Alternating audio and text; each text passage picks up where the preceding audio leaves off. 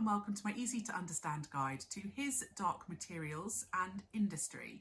This video is going to be particularly relevant for you if you are studying AQA GCSE Media Studies, as it currently appears as an optional set text on that exam board.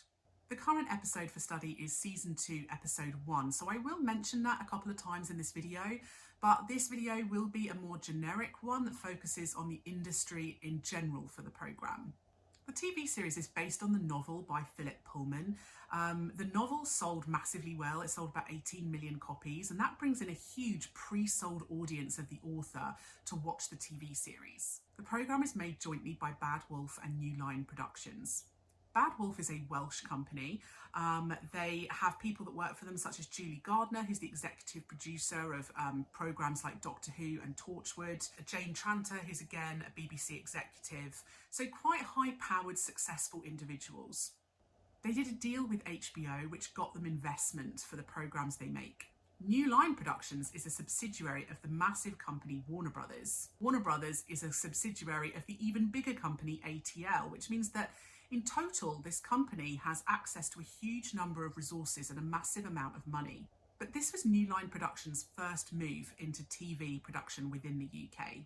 In the UK, it was shown on BBC One. BBC One is a public service broadcaster funded by licence fees paid by members of the public.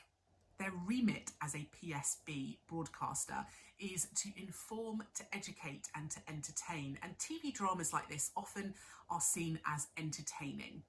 BBC is a huge company, and although they're independent, they are vertically integrated, so they can do their own production, but they can do their own distribution as well. So the BBC was the UK's distribution company. So it was broadcast on BBC One, but it was also available later that same day on BBC iPlayer. And this increase for on-demand programming just shows the growing popularity of convergent online technology.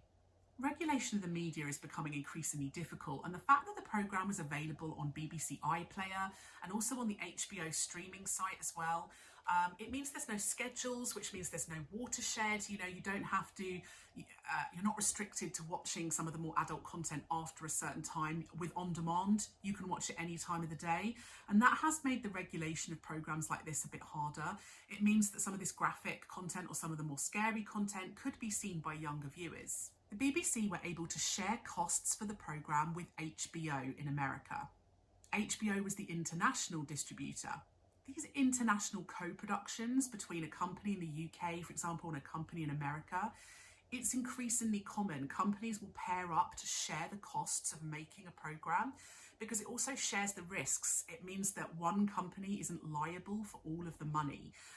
So pairing up with another company and sharing the costs help to decrease the amount of money you have to spend by each company, and therefore decrease the risk of making the programme. And the programme was expensive. It's estimated that it cost $50 to $60 million, so quite a big budget. As well as being an international co-production in order to reduce risk, the companies reduced risk in other ways as well. So for example, they cast a range of famous celebrities within the series, and bringing in celebrities helps to bring in more audiences, so fans of those particular people. And the celebrities they used were both British and American, and were a range of ages, genders and ethnicities. So for example, you had Ruth Wilson, who was famous for being in programmes like Luther and also in Jane Eyre, Anne-Marie Duff, who was famous for being in Shameless, James McAvoy, who was in Shameless and also in the X-Men franchise, Lin-Manuel Miranda, who's the creator of Hamilton, Claire Peters, who was in The Wire and in Treem, James Cosmo, who'd been in a huge range of programmes, Andrew Scott, who'd been in Sherlock, and Bella Ramsey, who'd been in Game of Thrones. So a range of cast that different audiences may be fans of, and that may bring in a wider audience to the show. There had been a previous film made based on the same book called The Golden Compass, and that may have brought in some fans as well. However, the film was considered a bit of a flop, so that may actually have harmed their chances of success. They gave the programme a more modern feel in comparison to the book. The book was kind of set in a more Victorian way, whereas they modernised it slightly for the TV programme, and that would have helped to make it feel more accessible for an audience. It won a range of awards, for example BAFTAs, and that would have helped to promote its success too. The production of the show was quite unusual. They actually started filming season 2 immediately after they'd finished filming season 1, before it had even aired on TV, which very rarely ever happens, and is quite a risky thing to do if you're not sure how successful the first series is going to be. And this is because each series takes around a year in post-production, and they were worried that by the time they'd filmed season 2, the main star Daphne Keane would look too old for her character's age.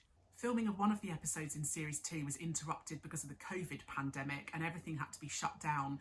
It meant that the series was supposed to have 8 episodes but ended up only having 7. Because the BBC were one of the people that helped to fund and distribute the programme, it meant that they could use a lot of the BBC's resources. So they actually used the BBC National Welsh Orchestra to do the score for the soundtrack. They also used the Bulgarian choir in Bulgaria and in Vienna, with the Synchron Stage Orchestra too, and that helped to give it this really epic global feel. The big budget meant they were able to film in a wide variety of global locations.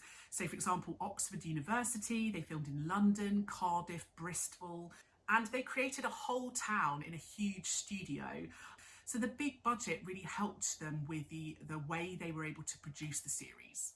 They used the CGI facilities and resources that they had in order to do things like creating particular views of Oxford. Wolf Studios helped them to make the city look abandoned, to add images of things like demons and blimps in the sky.